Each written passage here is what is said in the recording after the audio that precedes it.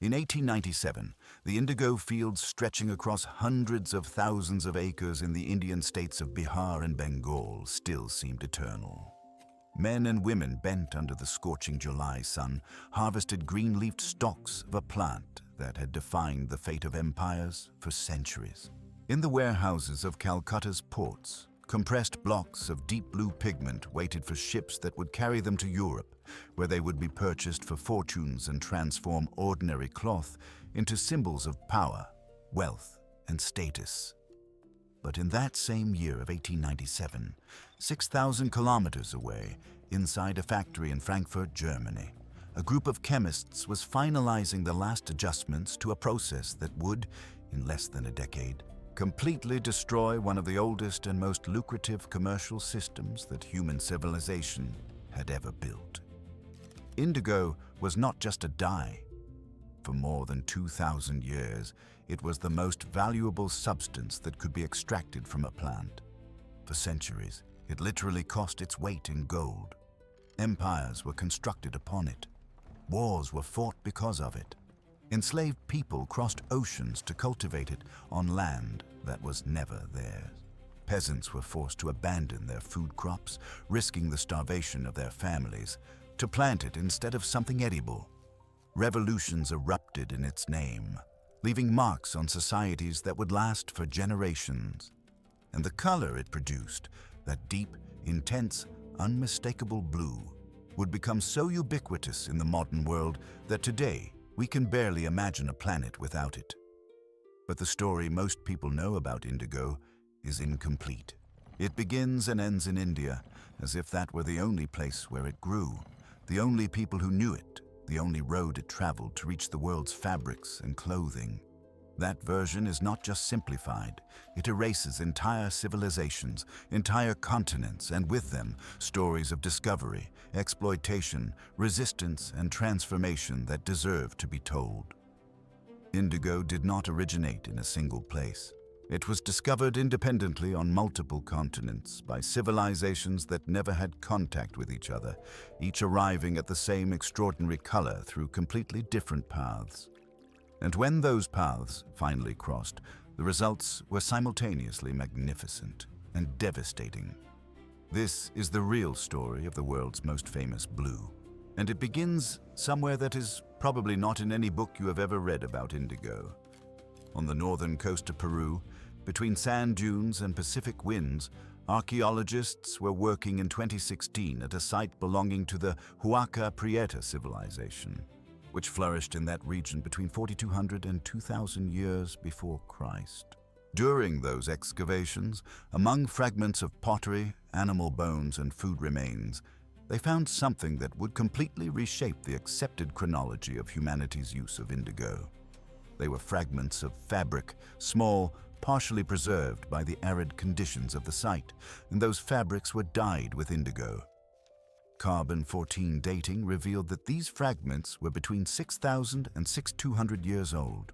At the time of the discovery, they were the oldest evidence of indigo use anywhere in the world. The research was published in the journal Science Advances and shook the field of textile history to its foundations. What was most fascinating was not just the antiquity of the discovery, but what it implied. The Peruvian indigo was produced from a species of plant completely different from the Asian varieties. Indigofera tinctoria, the plant that produced indigo in India, simply did not exist in the Americas. The Peruvian indigo came from other species of the Indigofera genus that grew in South America, along with plants from other genera that also contained the compound responsible for the blue pigment. This meant that two civilizations separated by an ocean, which had never had any contact with each other, had independently arrived at the same solution to the same problem: how to create a permanent blue color in textile fiber. This independent convergence was not an isolated accident. In Japan, the tradition of indigo dyeing, called eizome, stretches back at least 2,000 years and uses a plant entirely different from both Indian and American species. Persicaria tinctoria, a plant in the Polygonaceae family that contains the same pigment in its leaves. In medieval Europe, long before any contact with Asian indigo, the plant known as woad, Isatis tinctoria, had been used for centuries to produce a pale blue that, despite its considerable limitations, was the best available to European dyers. In West Africa, civilizations like the Yoruba people in the territory of present-day Nigeria had developed dyeing traditions using local indigo species stretching back hundreds of years.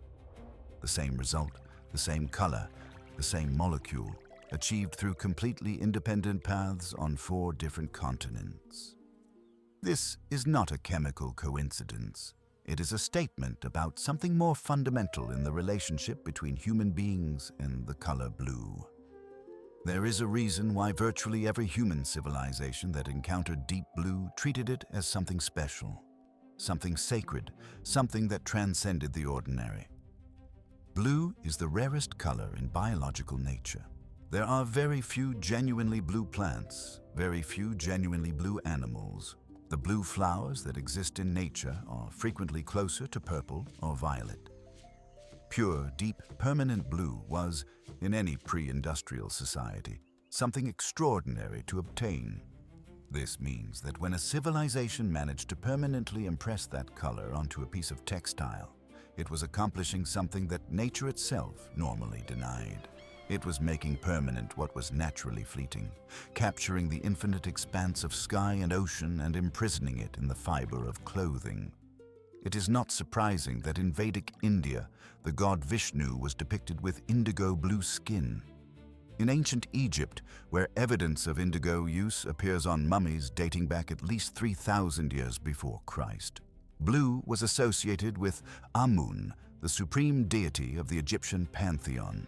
In the Maya civilizations of Central America, indigo blue was literally the color reserved for the gods and for the rituals that sought to draw close to them. This is not cultural coincidence. It is a universal response of human experience to a color that seemed to come from a domain beyond ordinary reach. Indigo blue was rare. It was permanent.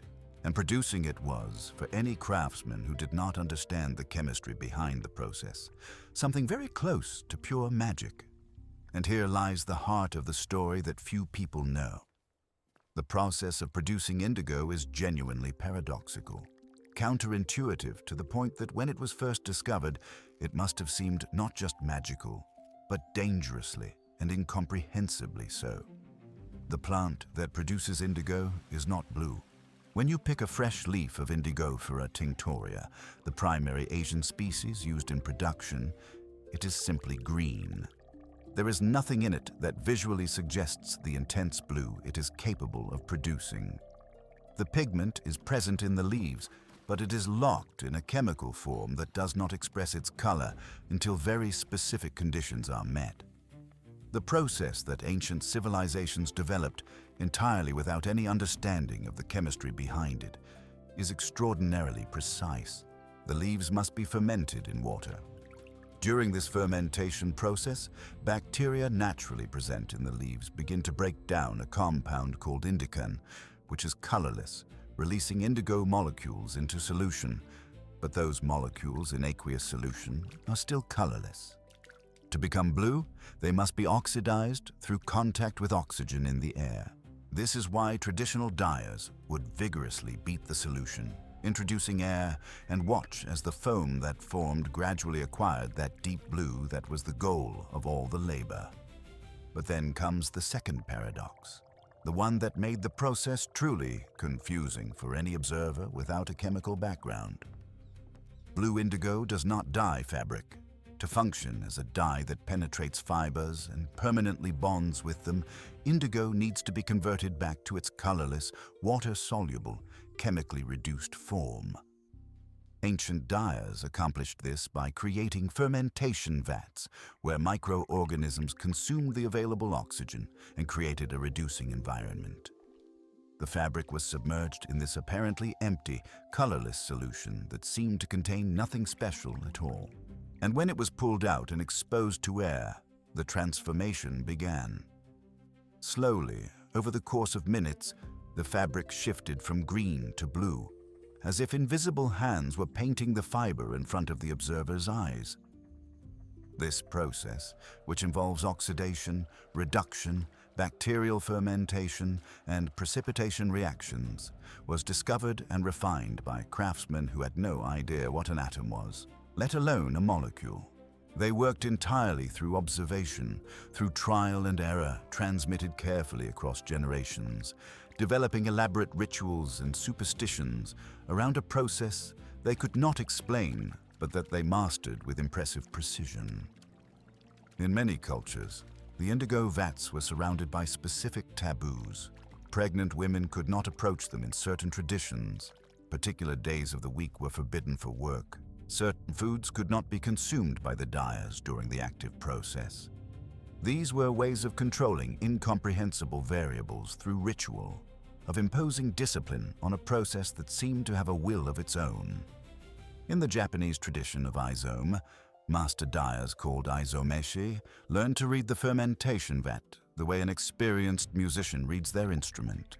The temperature of the liquid, the acidity perceived through empirical tests developed over generations, the specific smell that rose from the vat at different stages, the color and consistency of the foam that formed when the liquid was agitated, all of this communicated information about the state of the vat that would determine the quality and exact shade of blue produced.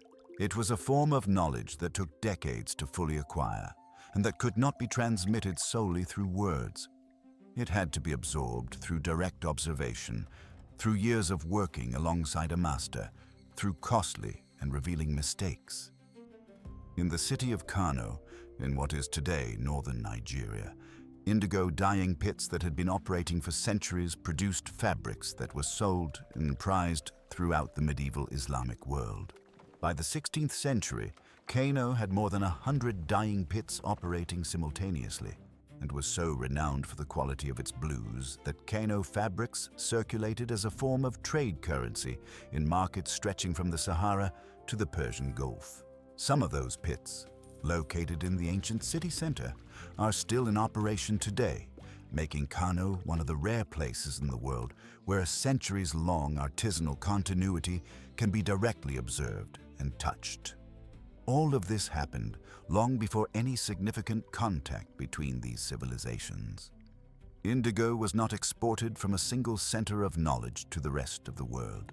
It was discovered repeatedly, independently, by people who arrived at the same solutions through their own observations of the natural materials available around them. It is one of the most impressive stories of independent convergence in the history of human technology. But there was one place where this convergence found its most developed, most sophisticated, and most commercially powerful form.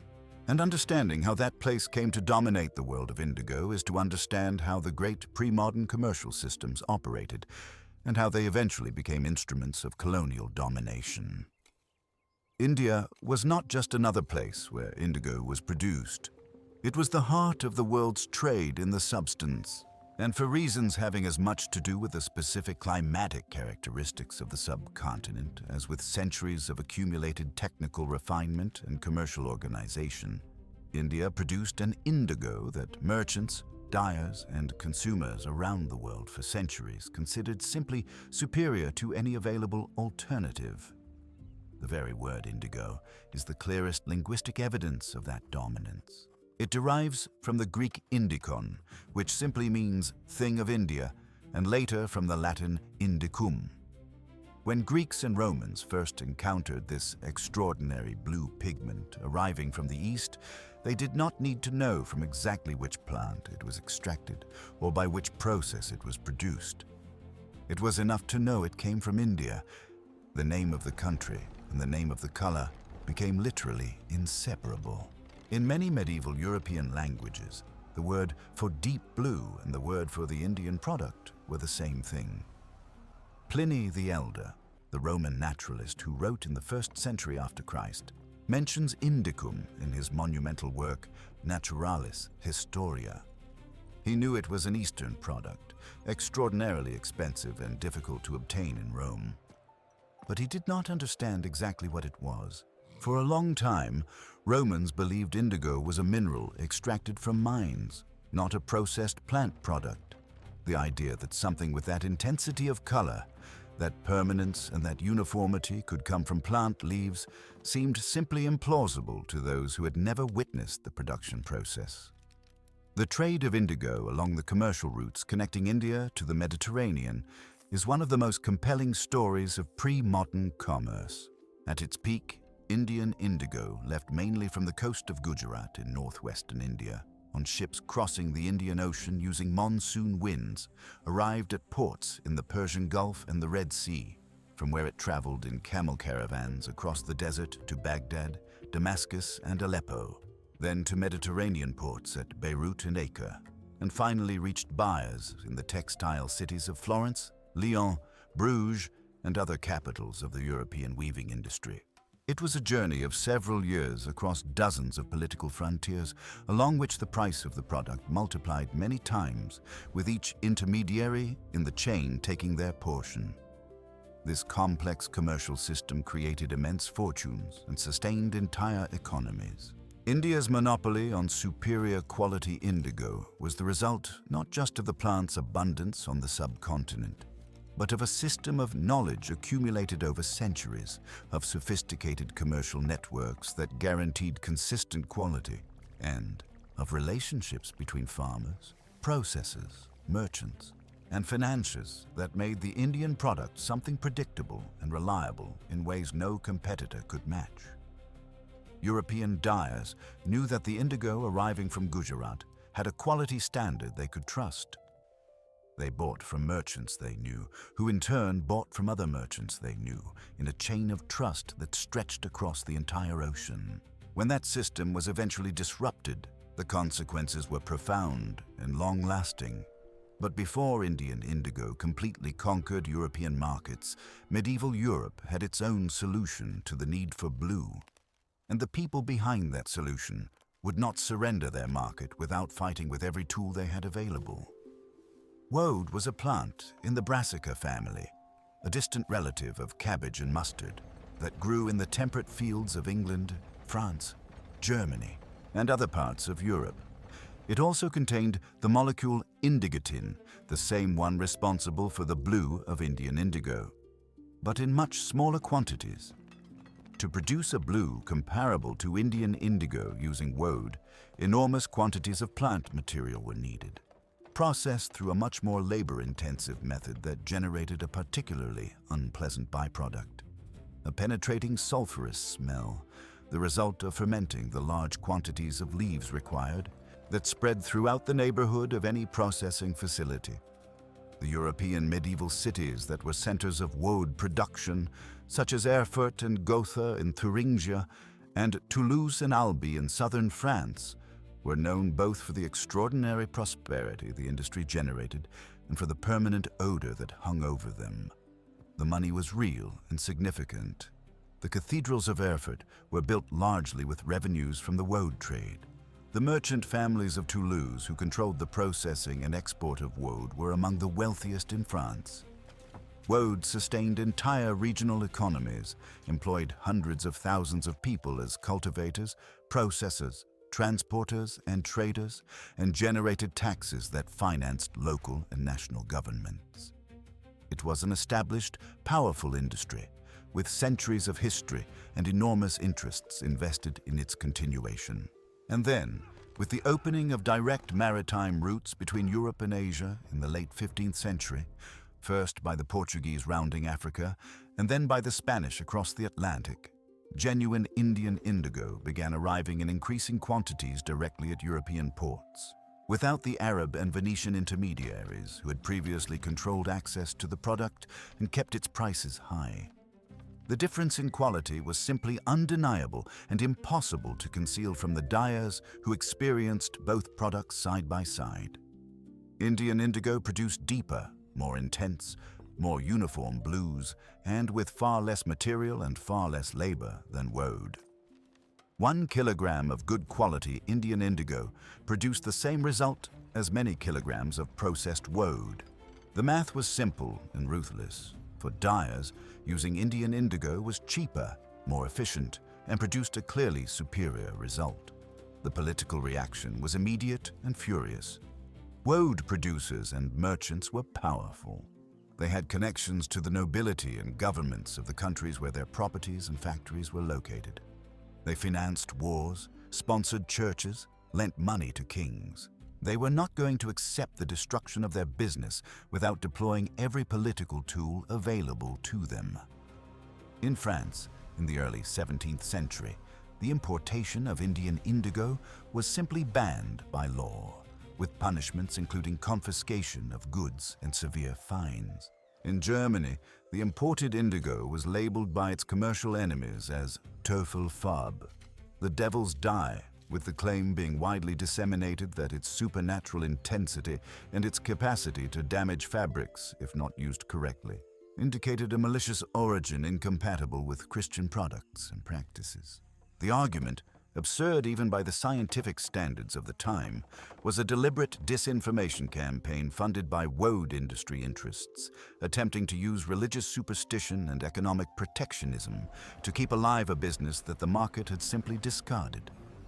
It did not work. Indigo was simply too good to be ignored for long. The prohibitions were systematically circumvented, fines were paid when necessary, and indigo continued arriving on ships whose cargo was offloaded at ports where pragmatic agents found ways to facilitate the goods' entry. Within less than a century of the first large-scale arrivals, woad's dominance in Europe had been completely destroyed by the superior product arriving from Asia. And the European colonial powers that controlled the trade routes to India, first Portugal, then the Netherlands, then England, realized they held in their hands not just a profitable commercial commodity, but a source of potentially unlimited wealth, especially if they could control not just the trade, but the production itself. And that is exactly what they attempted to do. And what happened when they did is one of the darkest stories in the history of colonialism. The first major colonial experience of indigo production outside India happened very close to home for the Spanish conquistadors in the Americas. When the Spanish arrived in Central America and Mexico in the early 16th century, they encountered indigenous populations who had been using local indigo for centuries. The ziquelite, a name given to the plant Indigofera sulfuricosa, produced an excellent quality indigo, and the Spanish quickly recognized that they could organize production at a scale sufficient to supply European markets with a logistical advantage over indigo coming from the other side of the world. But the large-scale production that Spanish colonizers established in Central America depended on an ingredient that cost nothing in their accounting books: forced human labor. The indigenous populations that survived the devastating epidemics of smallpox, measles, and other European diseases to which they had no immunity were systematically organized into regimes of compulsory labor to cultivate and process indigo. Conditions in the processing factories, called obrages, were particularly brutal. The fermentation process of indigo leaves releases volatile organic compounds that cause severe respiratory tract irritation, with prolonged exposure leading to serious pulmonary disease.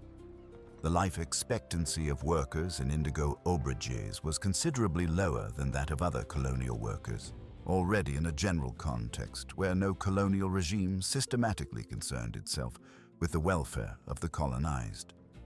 Accounts from priests and visitors who observed working conditions in colonial Central American indigo factories are disturbing even by the moral standards of the time, when the human lives of colonized populations were routinely dismissed. Even clergy, who in many cases were active accomplices in the colonial project, still recorded with horror what they witnessed. Workers submerged in the fetid fermentation, liquid up to their necks for hours, dying of lung diseases contracted in the enclosed factory environments, being physically punished for any sign of resistance or reduction in the pace of work.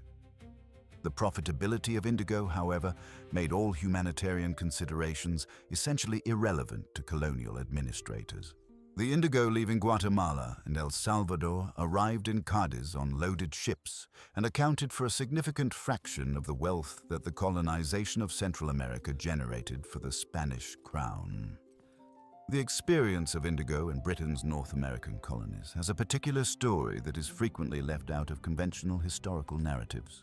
South Carolina, in the period before American independence, was one of the world's largest producers of indigo, and that position was achieved through a combination of entrepreneurial initiative and systematic exploitation that illustrates, with particular clarity, how colonialism frequently functioned in practice.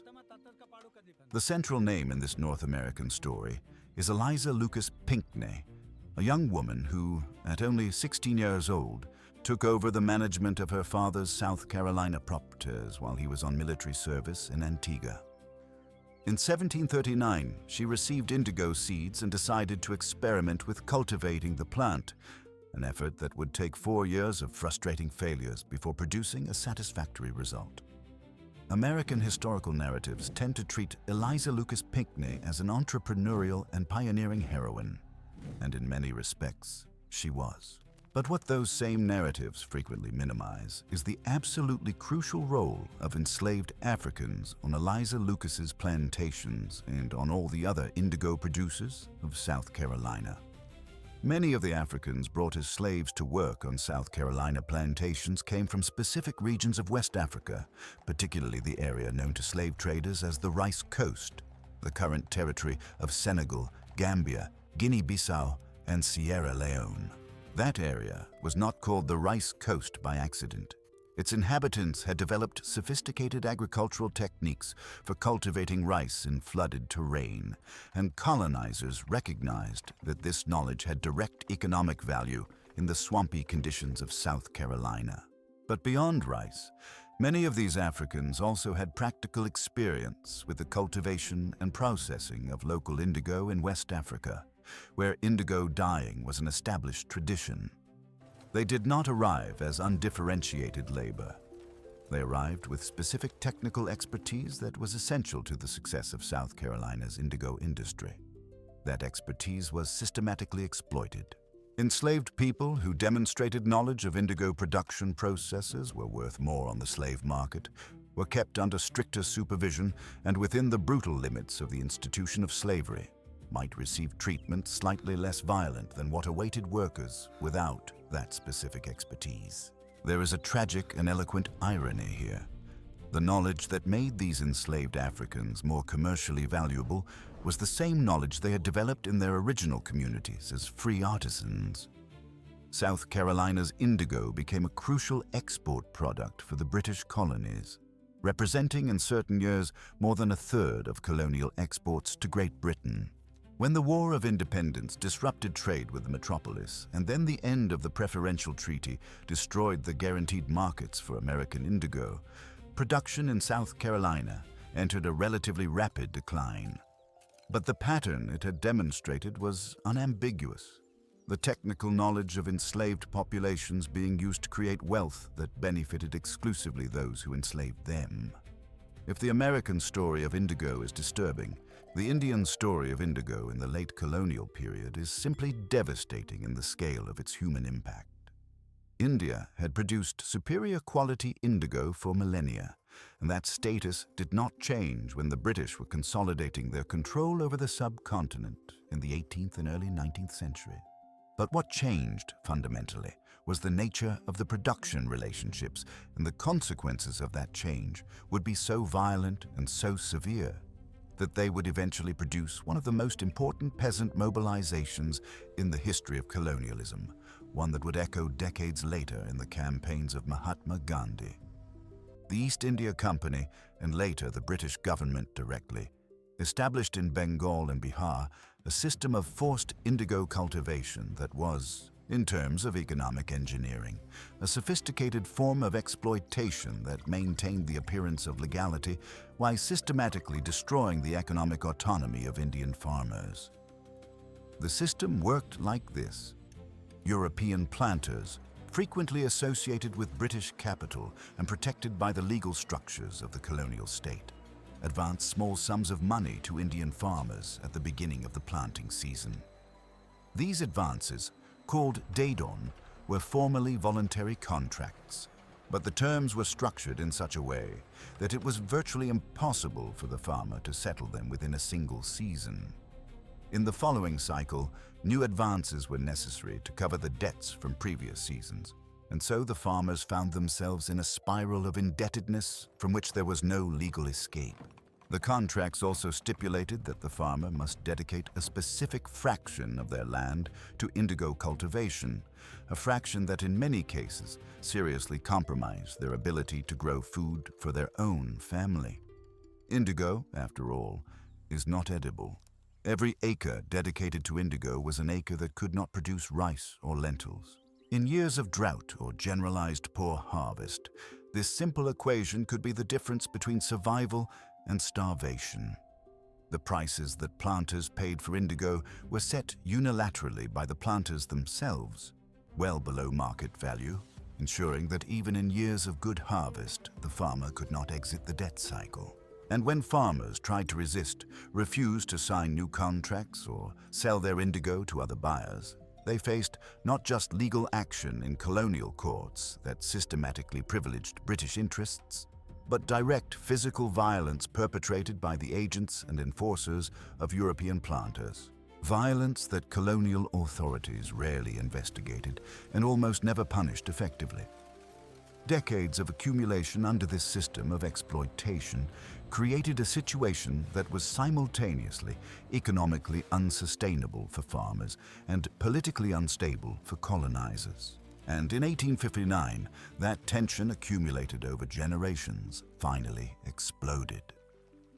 In the Bengal region, in November 1859, farmers who had endured decades of systematic exploitation began to organize and resist in a coordinated way. What began as a collective refusal by certain villages to renew indigo contracts transformed rapidly into a rebellion that swept the entire region. This mobilization became known in history as the Nil Bidro, the Indigo Revolt. The word Nil in Bengali means indigo, but it also means blue. The blue that had colored the garments of the world's wealthy and powerful had become the symbol of an oppression that could no longer be tolerated by those who suffered under it. The revolt took multiple forms. In some villages, farmers simply refused to sign new contracts, accepting the legal consequences. In others, they organized demonstrations and protests. In places where planters' agents tried to use physical force to compel planting, farmers responded with collective physical resistance. Women played a particularly important role in the resistance, forming human defensive lines between the planters' agents and the fields they refused to plant with indigo, using the agents' reluctance to publicly brutalize women as a protection strategy. What transformed the Nil Bidro from a series of local conflicts into a historical event of much greater significance was the attention it attracted from Bengali intellectuals in Calcutta. Dinabandhu Mitra, a Bengali playwright, had closely observed the conditions of indigo farmers and, in 1858, a year before the revolts began, had written a play called Nil Darpan, The Mirror of Indigo, describing with brutal realism the conditions of exploitation on the plantations and the brutalities practiced by European planters. The play was an immediate phenomenon at Calcutta performances, and when the revolt erupted in 1859, it provided a dramatic framework that made the events even more comprehensible and emotionally impactful for the educated public of the capital. James Long, an Irish missionary minister who sympathized with the farmers' cause, translated Nil Darpan into English, which led the British planters to file a legal libel action against him. Long was convicted and imprisoned for a month in addition to paying a fine. But in doing so, the planters committed a serious strategic error. They turned an obscure translator into a martyr for a cause, attracting the attention of the progressive British press to the content of the play and to the practices it described. The case reached the British Parliament, where reformist members used accounts of the revolts and details of the play to publicly question the morality of the forced indigo cultivation system. The combined pressure of the farmers' revolts, the Calcutta press attention, the scandal of the prosecution of James Long, and the parliamentary debate in London produced, in 1860, a commission of inquiry whose conclusions acknowledged that the forced indigo cultivation system was fundamentally unjust and that planters had systematically abused their position of power. New regulations were introduced that made it much harder for planters to force indigo contracts. The indigo industry in Bengal entered a rapid decline from which it never recovered. But the historical consequences of the Nil Bidro were far greater than the fate of a single industry. The revolt demonstrated, in a way that would be remembered and studied by generations of Indian activists, that organized, non-violent resistance by peasant communities could produce concrete changes against a colonial system that seemed intransigent and relentless. It established precedents for community organization that would be used and refined over the following decades. And it was explicitly cited by Mahatma Gandhi when, in 1917, he conducted his first major campaign in India in defense of the indigo farmers of the Champaran district in Bihar, in a series of events known as the Champaran Satyagraha. The thread connecting the revolts of 1859 to Gandhi's campaigns of 1917 was the same blue indigo that had been cultivated on those same lands by generations of exploited farmers.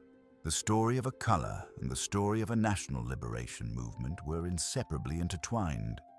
But while these stories of resistance were unfolding in the fields and courts of colonial India, in European laboratories, a group of scientists was working on a problem that, once solved, would make the entire question of natural indigo essentially obsolete. The challenge was to artificially synthesize the indigotin molecule, the pigment responsible for indigo's blue, without needing plants, agricultural labor, long commercial chains, colonial territories, or farmers. Understanding of indigo's chemical structure had advanced significantly throughout the 19th century, with multiple chemists contributing pieces of the puzzle. The French scientist Michel-Eugène Chevreul had done important work characterizing the pigment. The German Carl Julius Fritzsche had isolated and named the indigotin molecule in 1841.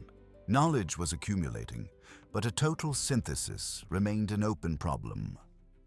Adolf von Baeyer, a German chemist who would later receive the Nobel Prize in Chemistry for his contributions to the synthesis of organic dyes, published the first method of total indigo synthesis in 1880.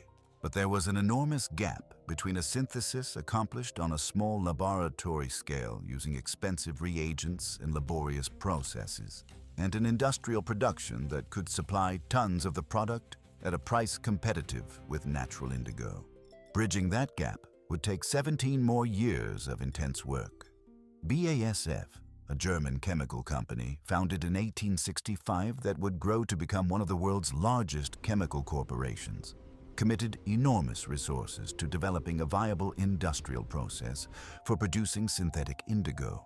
The total investment the company put into this project over the decades was estimated as equivalent to 20 years of the company's profits, an extraordinary commitment for any industrial enterprise of the era.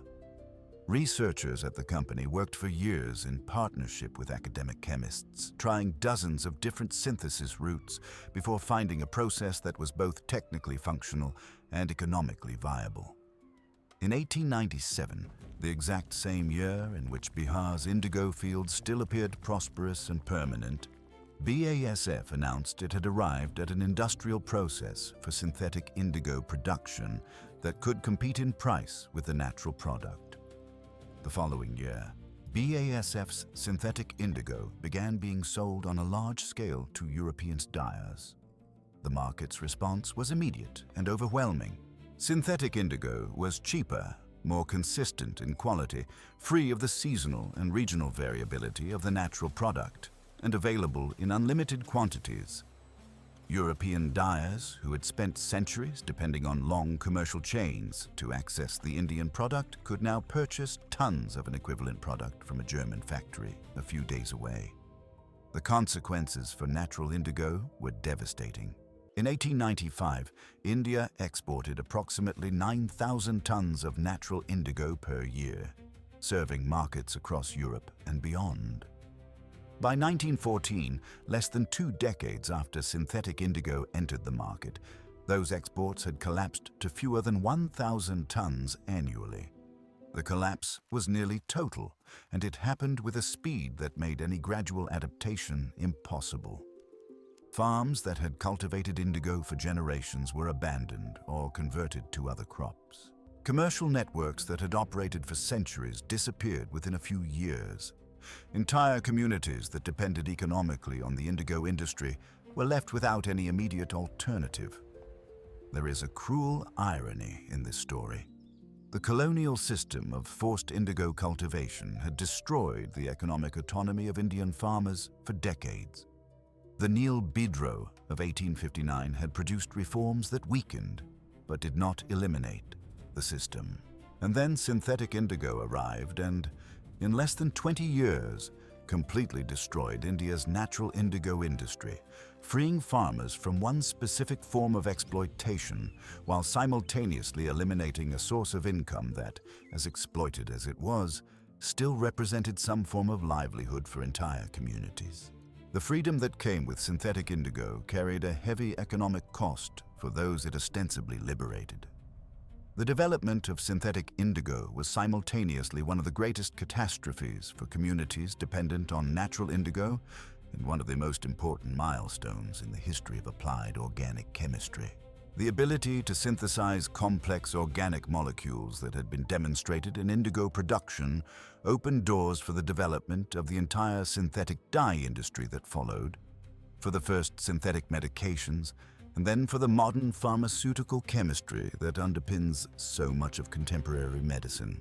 The work done in BASF's laboratories and in German universities to produce synthetic indigo was the same work that laid the groundwork for discoveries that would save millions of lives in the following century.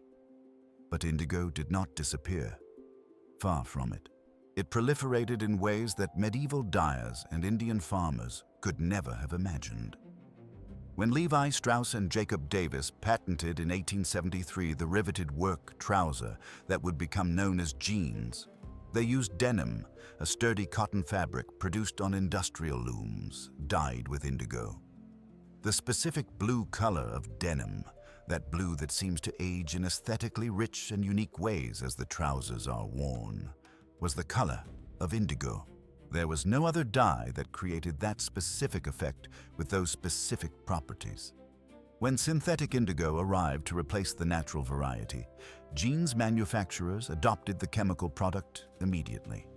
It was cheaper and more consistent, but a specific molecular property of indigo, whether natural or synthetic, was preserved in the final product. And that property would create one of the most iconic and influential aesthetics in 20th century fashion. Indigo does not fully penetrate the cotton fiber of denim. Unlike many other dyes that through specific fixing processes reach the interior of the fiber, indigo deposits itself mainly on the outer layers of each yarn. The interior of the cotton yarn remains white.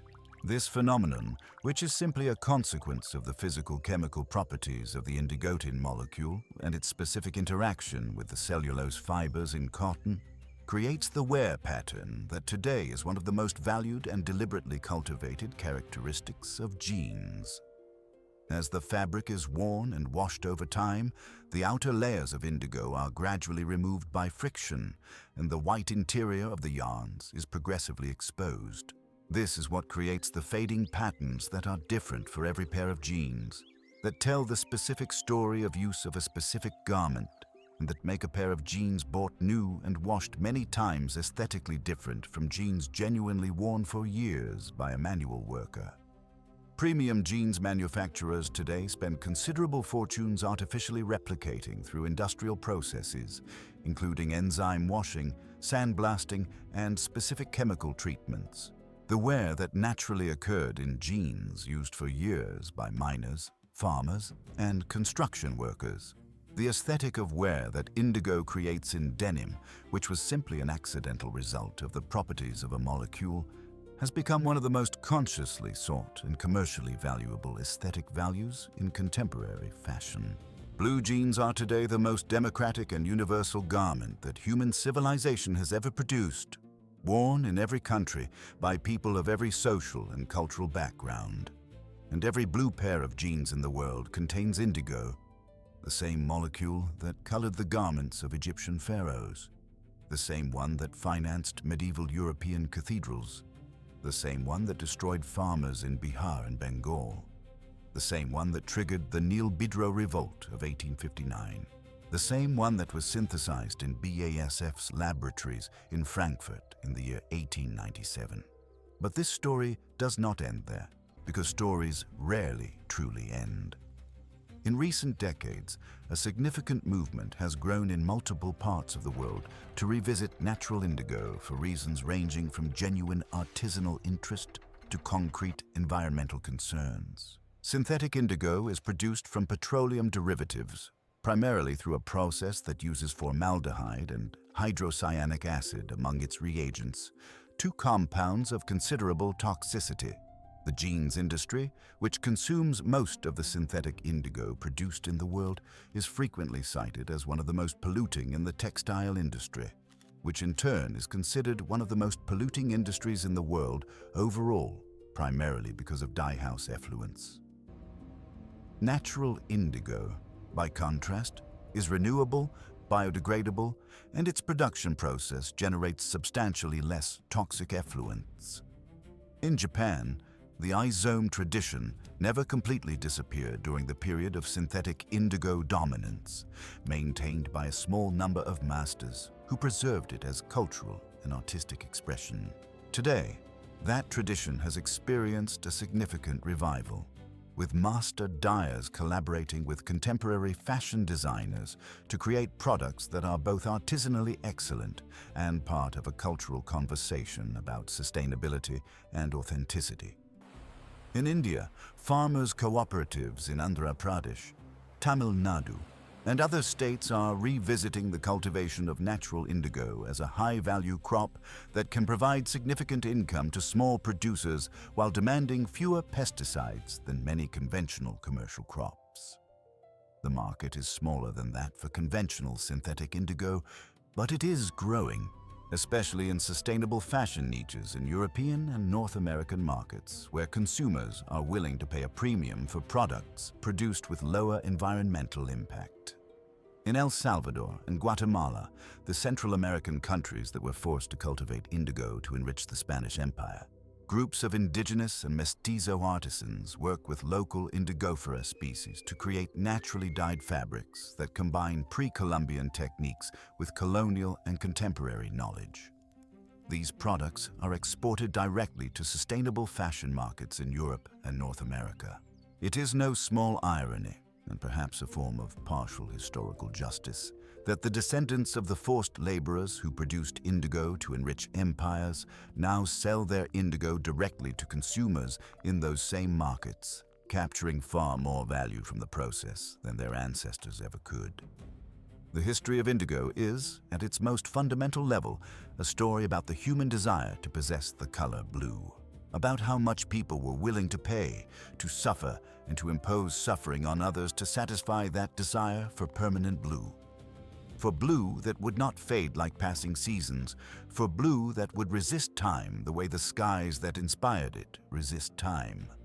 But it is also, inevitably, a story about power, about how control over a scarce substance can be transformed into control over other people, over territories, over entire economies. Indigo was a raw material, but it was also an extraordinarily effective instrument of colonial domination. Every compressed block of pigment that left Indian factories or American plantations represented not just a commercial product, but an assertion of power over the people who produced it, frequently without receiving any proportional benefit from their labor. And it is, also, a story about how power is eventually challenged and transformed. The chemical synthesis that destroyed the natural indigo trade was not motivated by philanthropy. It was motivated by profit, by industrial competition, and by scientific ambition. But its side effect was to dismantle the specific system of colonial exploitation that had operated for decades on the plantations of Bengal and Bihar. The development of synthetic indigo did not liberate Indian farmers in any broad sense, but it destroyed the specific tool of exploitation that had bound them to the forced cultivation of a color that enriched others. The indigo in the blue jeans that likely exists somewhere near you right now descends directly from all of these stories. From a discovery made in Peru 6,000 years ago by people whose names we will never know. From medieval dyers in Kano who mastered complex chemical processes they could not explain in terms of molecules, but executed with perfect precision. From Indian farmers who in 1859 decided they had endured enough and organized to say no to a system that attempted to define them exclusively as producers of a color for the benefit of others. From German chemists who pursued a problem for decades because they believed there was a solution and wanted to be the first to find it. The blue color we take so completely for granted in today's world, present in working clothes and evening wear, in uniforms and fashion trends, in wealthy countries and poor countries, has a history spanning the entirety of human civilization, with its most impressive achievements and its most systematic cruelties in equal measure. Knowing this story does not change the color of your jeans, but perhaps it changes slightly the way you look at them, and at the simple, everyday things that carry within them extraordinarily complex stories. If this way of looking at the world makes sense to you, these deeper dives into the less-told stories behind the things that shaped civilization, there's much more to discover here on the channel. Every week, a different story that goes further beneath the surface. If you made it this far, you probably already know whether you want to keep going.